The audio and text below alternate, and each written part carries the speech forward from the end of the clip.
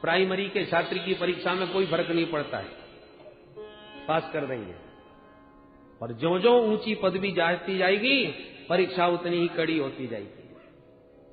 तो भगवान के निकटतम पहुंचकर ब्रजभामाओं को उस दिव्य रस की प्राप्ति होने जा रही है। तो भगवान परीक्षण कर रहे हैं, संसार का कोई प्राकृतिक रस तो इनके अंदर नहीं है, संसार की किसी वस्तु की आसक्ति तो इनमें नहीं है। पर गोपियों ने जब सब प्रकार से अपनी परीक्षा दी और कहा महाराज आपके लिए हम सब कुछ त्याग के आ गई हैं, कोई प्रलोभन अब हमको आपसे अलग नहीं कर सकता, आप स्वयं भी हमको अपने से अलग नहीं कर सकते। तब भगवान प्रसन्न हो गए, परीक्षा में पास हो गई और आत्मारामोप्यरीरमत। अब वो आत्माराम प्रभु ब्रजबामाओं के साथ रमण करने लगे, विहार करने लगे। जैसी गोपियों के साथ भगवान ने उनका मनोरथ पूर्ण करने के लिए ताता थैया करके थिरकना प्रारंभ किया, गोपियों के आनंद का पारावार नहीं रहा। नाचते हुए उस नट नागर को देखकर गोपियों को भ्रम हो गया कि देखो कैसे नाच रहे हैं हमारे इशारों पर। उस त्रिभुवन पति को हमने अपने वश में कर रखा है। बाहु प्रसार परिरंभ कराल कोरु नीविस्तनालभन नर्मन खाग्रपात श्वेल्यावलोक हसतिर्ब्रज सुंदरीणाम उत्तम भयं रतिपतिं रमयांचकार उत्तम भयं रतिपतिं रमयांचकार। ताता थैया करके थिरक उठे कन्हैया, परंतु जैसे ही कामदेव ने देखा, कामदेव को सबसे बड़ा अभिमान था। भगवान ने चुनौती दी कि आओ तुम भी चले आओ, अब तक तुमने योगियों को समाधि में विचलित किया है, पर मैं योगीराज कृष्ण ब्रज की अनंत ब्रज सुंदरियों के बीच में विहार कर रहा हूं, आओ मेरे मन में कोई विकार पैदा करके दिखाओ। कामदेव ने सारे बाण चला दिए, वशीकरण, उच्चाटन, मोहन, स्तंभन, उद्दीपन, पांचों बाणों का प्रयोग करके देख लिया, पर उत्तम भयं रतिपतिं रमयांचकार।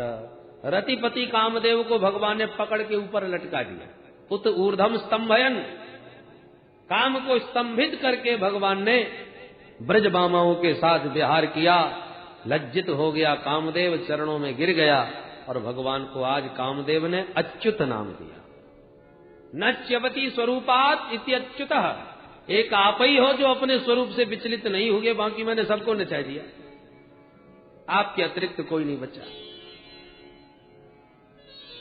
काम का अभिमान गला, वही पराजित कामदेव भगवान श्री कृष्ण का द्वारका में आके प्रथम पुत्र बना प्रद्युम्न के नाम से। परंतु नाचते हुए श्री माधव का ब्रजबामाओं ने दर्शन किया तो उनको जरा सौंदर्याभिमान जागा। एक गोपी के मन में मान हुआ, बाकी सबको अभिमान हुआ।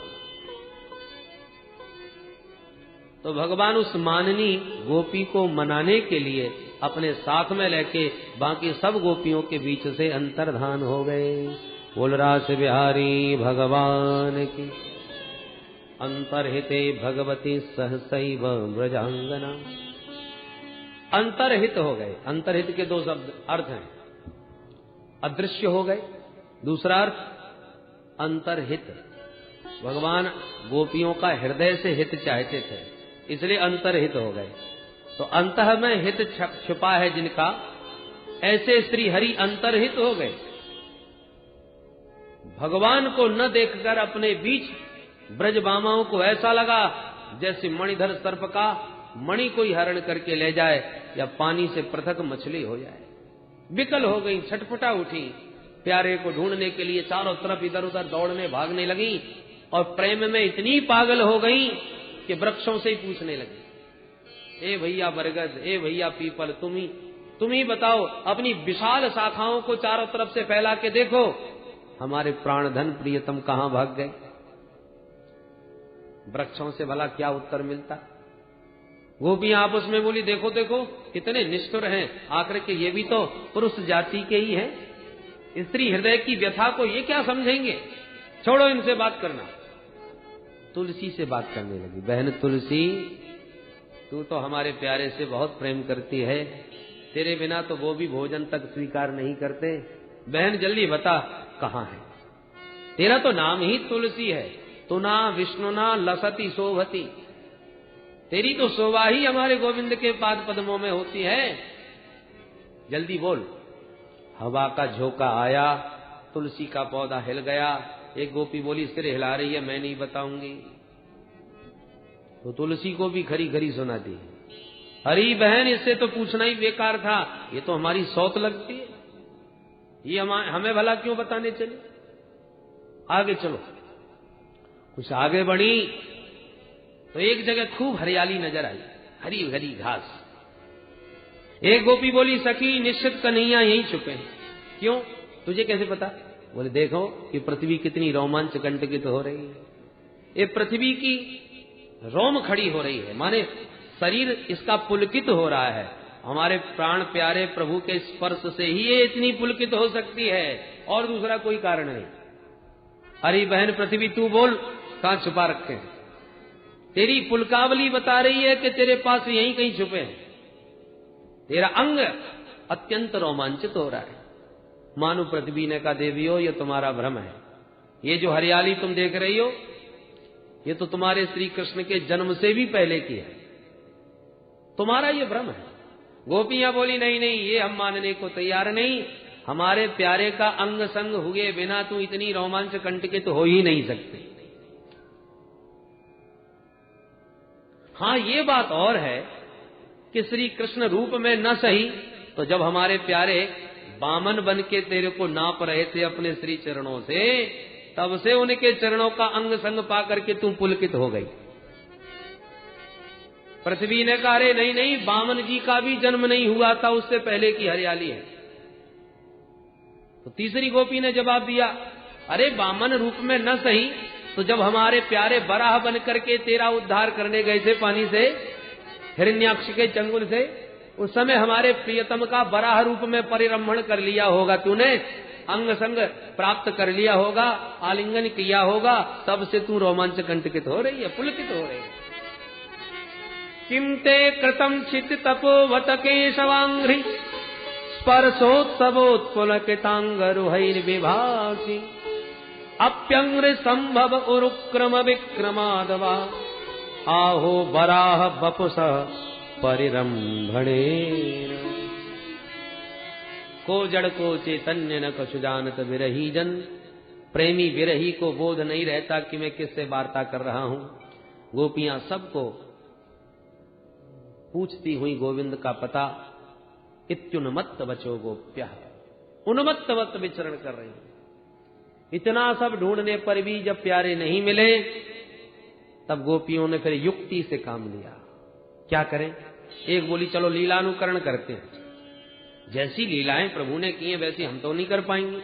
ऊट पटांग लीला करेंगी तो वो हाथ पकड़ के जरूर कहेंगे ऐसे नहीं ऐसे करो, बस पकड़े जाएंगे। हाँ ये ठीक है। तब तो एक गोपी जसोदा मैया बन गई, एक गोपी कृष्ण कन्हैया बन गई, एक गोपी पूतना बन गई।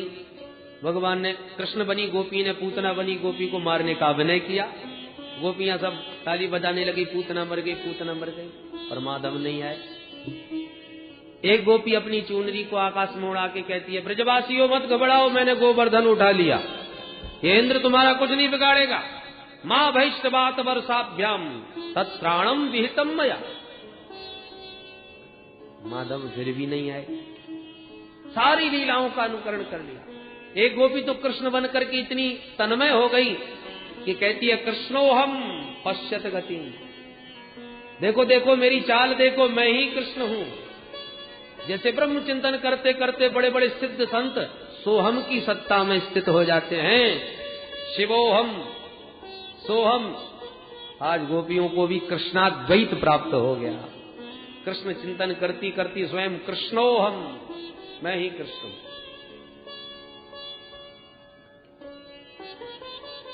इतने पर भी जब प्रभु नहीं आए,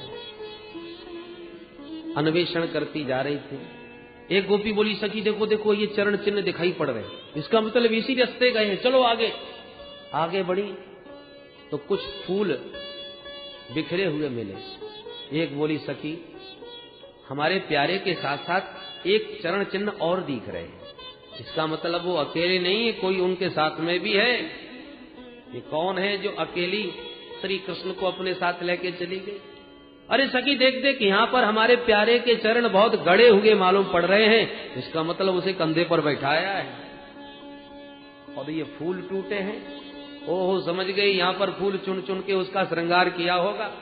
केशव प्रसाधनम तत्र कामन्य कामिना कृतम अनया राधितो नूनम भगवान हरिश्वर। अब तो स्प्रहा होने लगी उस गोपी के मन में कि वो कौन है जो उनके साथ में। तब तक यहां पर श्री सुखदेव जी ने नाम स्पष्ट नहीं किया कि वो एक गोपी कौन थी, पर संतों की मान्यता है वो कोई और नहीं, साक्षात किशोरी जी हैं, श्री राधा रानी हैं। पर सुखदेव जी उनका नाम लेते नहीं। क्यों नहीं नाम देते? उसके कई कारण हैं।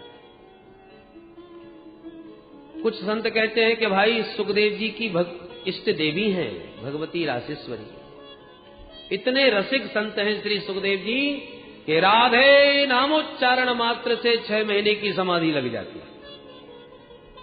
और सुखदेव जी सावधान हैं परीक्षित को कथा सुनाते हुए, कहीं ऐसा न हो कि राधे कहते ही हम तो 6 महीने के समाधि में चले जाएं और बेचारे 7 दिन के मेहमान परीक्षित अधर्मी लटके रह जाए।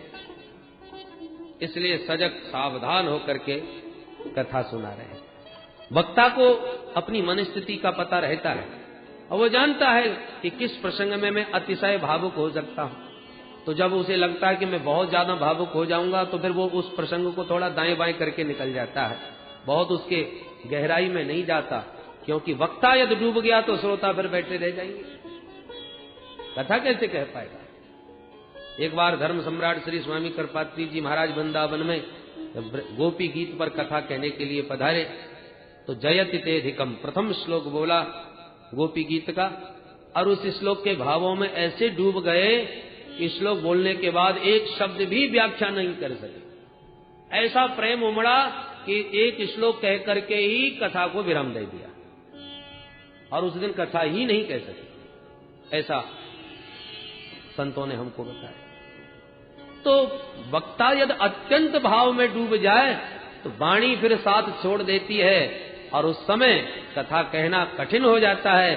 तो सुखदेव जी जानते हैं कि रासेश्वरी के प्रेम में मेरी क्या स्थिति होती है। यदि वो स्थिति हो गई तो परीक्षित को कथा कैसे सुना पाऊंगा, इसलिए रासेश्वरी का नाम लेते नहीं। और नाम तो लिया है, संकेत तो दिया है, स्पष्ट राधा कह के न सही, अन्य शब्दों के द्वारा। जैसे यहां जो गोपी साथ में गई है वो चलते चलते बोली, प्यारे मैं तो बहुत थक गई, अब चलते चलते अब आगे नहीं चला जाता। न पारे हम चले तुम नय माम यत्र ते मनः, अब तो आप ही कुछ करो, मेरे से नहीं चला जाता। भगवान बोले स्कंध आरूह्यता, मेरे कंधे पर बैठ जाइए। ठीक है। और जैसी किशोरी जी ने कदम उठाया कंधे पर बैठने के लिए तो भगवान कृष्ण वहां से भी अंतर्धान हो गए। तो सुखदेव जी यहां पर लिखते हैं सा वधूरन्वतप्यत, वो वधू भी एकदम संतप्त होकर के विरह में मूर्छित होकर गिर पड़ी। अब वधू कह करके यहां संकेत दिया, अन्य शब्दों से वर्णन कर रहे हैं, राधा नाम नहीं ले रहे। क्यों भाई? जो वस्तु जितनी कीमती होती है ना उसे उतना ही संभाल के रखा जाता है। घर में आपने बहुत बढ़िया कोठी बनाई तो आने वालों को घुमाते हैं, दिखाते हैं, ये हमारा ड्राइंग रूम, ये बेडरूम, ये किचन, सब दिखाएंगे, पर ये किसी को नहीं बताएंगे कि ये हमारी तिजोरी है, इसमें ऐसे चाबी फिट होती है, चाबी यहां रखते हैं, इतना इसमें माल है, ये बताएगा कोई? अरे ये तो बहुत अंतरंग लोग होते हैं, उन्हीं को बताया जाता है, हर किसी को थोड़ी दिखाते फिरते। उसी प्रकार इस श्रीमद् भागवत के भवन में राधा तत्व के रत्न को शब्दों की तिजोरी में इतना छुपा करके रखा है श्री सुखदेव जी महाराज ने कि जो परम वैष्णव अनन्य रसिक हैं भगवान के, वो तो उस तिजोरी को खोल करके देख सकते हैं उस रत्न को। बाकी हर किसी की आंखों के सामने आने वाला रत्न नहीं है, ये हर किसी को नहीं दिखाया जाता। बोलो राधे राधे। परंतु अन्वेषण करती जो गोपियां आ रही थीं, उन्होंने जब किशोर जी की वो अवस्था देखी तो स्पृहा समाप्त हो गई। उस ब्रज गोपी की व्यथा को देखकर, विकलता को देखकर सब गोपियां उसके विरह में उसका साथ देती हुई किशोरी जी को संभाल करके उठा करके सब गोपियां वापस अब यमुना तट पर आईं और यमुना के तट पर मिल करके सब गोपियों ने बड़ा ही मधुर गीत गाया और कहा, बहन यदि इस गीत को सुन के भी गोविंद नहीं आए तो अपनी यमुना जी के जल में ही अपना विसर्जन कर दे, क्योंकि प्रभु को गीत बहुत अच्छा लगता है। इसलिए आओ एक बार मिलकर के गाएं। ये गीत भागवत का सबसे सुंदर गीत है।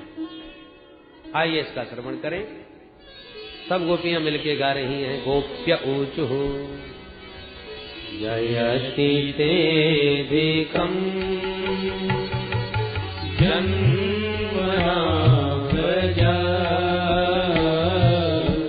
त्रयत इंद्रिया शाश्वत ही दैत्य दृश्यता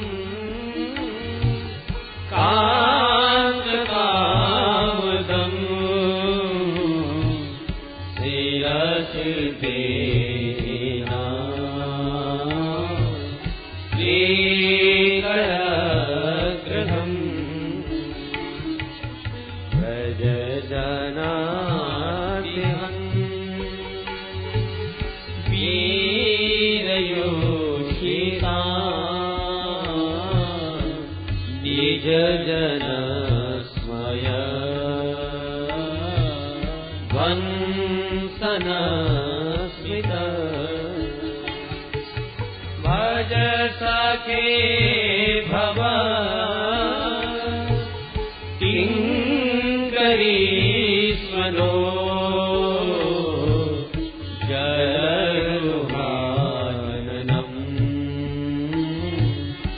चारुदर्शय प्रणत देहिना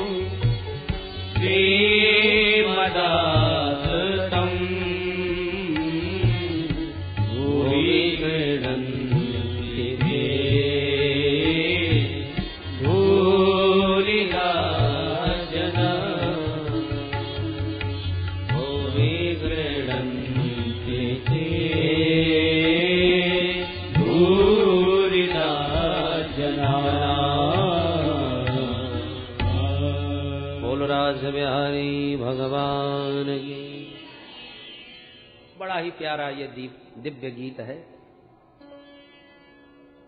गोपियां कहती हैं, प्रभु तब जन्मना ब्रजः बैकुंठात् अधिकम जयति।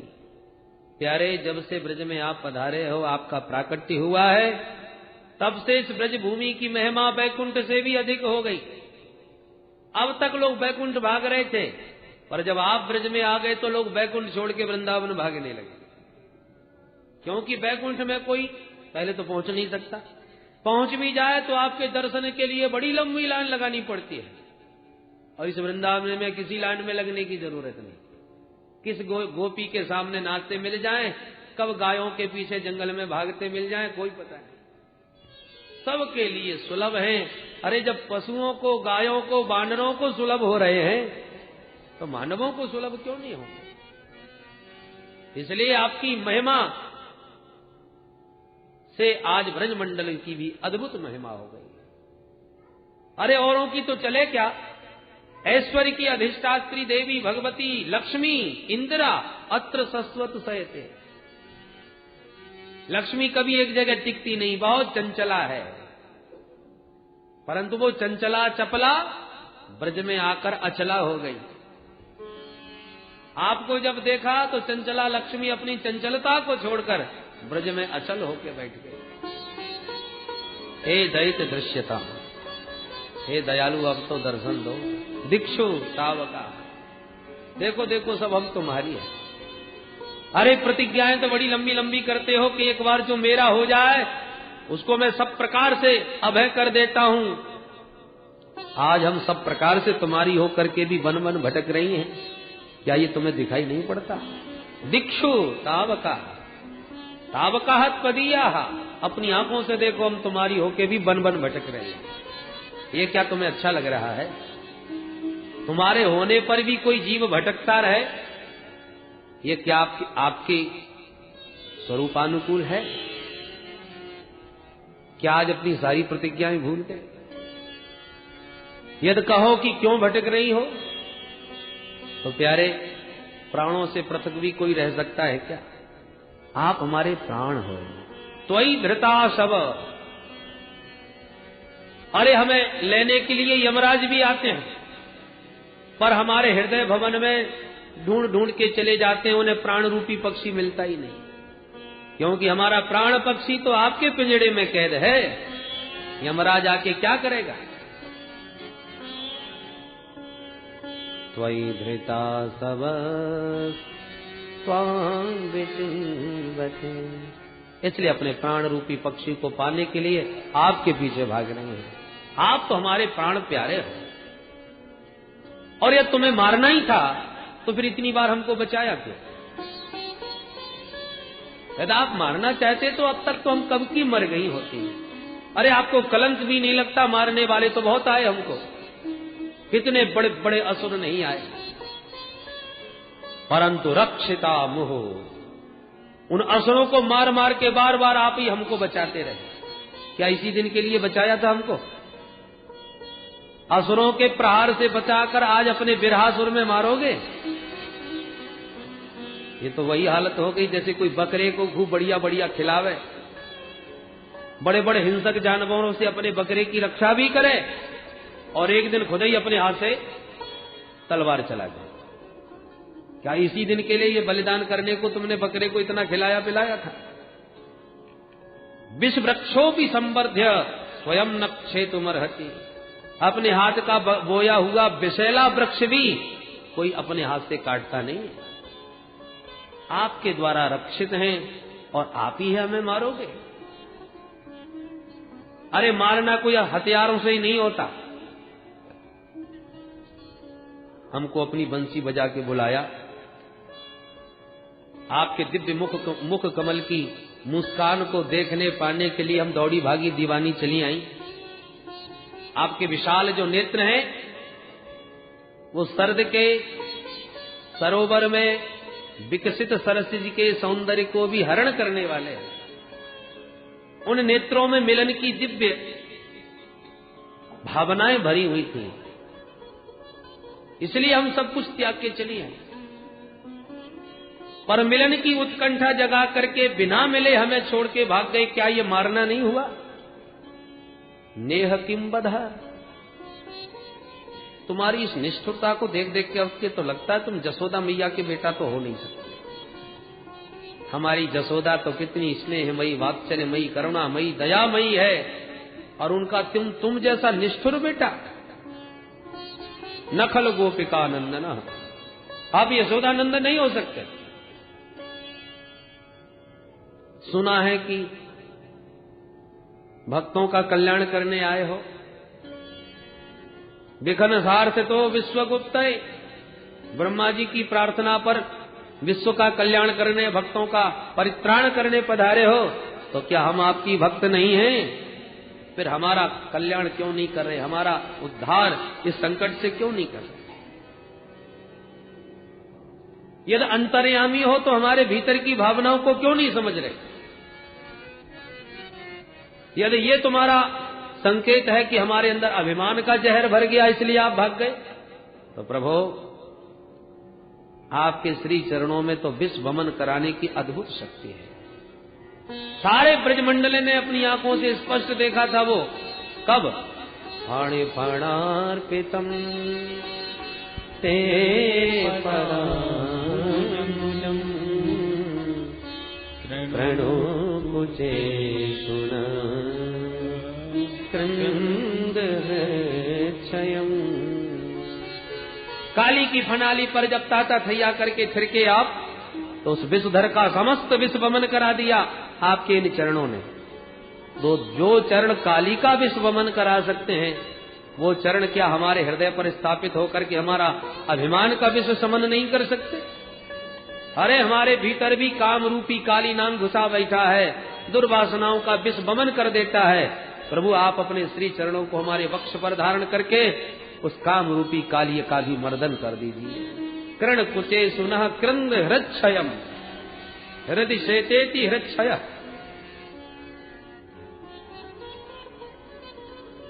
हम तो आपके विरह में मरना भी चाहे तो भी नहीं मर सकते, क्योंकि अमृत पीने के बाद अमृत उसे मरने नहीं देगा, अमृत तो प्रदान कर देगा।